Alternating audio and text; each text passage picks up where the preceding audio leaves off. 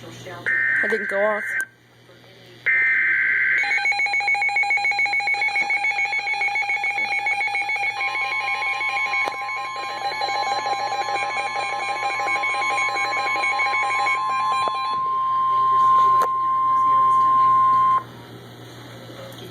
The National Weather Service in Sterling, Virginia has issued a severe thunderstorm warning for southern Frederick County in north central Maryland, northwestern Montgomery County in central Maryland, western Howard County in central Maryland, eastern Loudoun County in northern Virginia until 3:30 p.m. At 2:33 p.m., National Weather Service Doppler radar indicated a severe thunderstorm capable of producing damaging winds in excess of 60 miles per hour.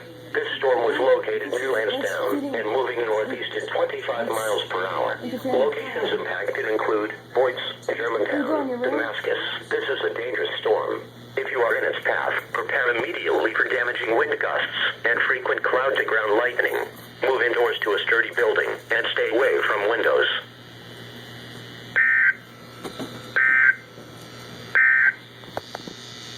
Now for the National Weather Service marine forecast.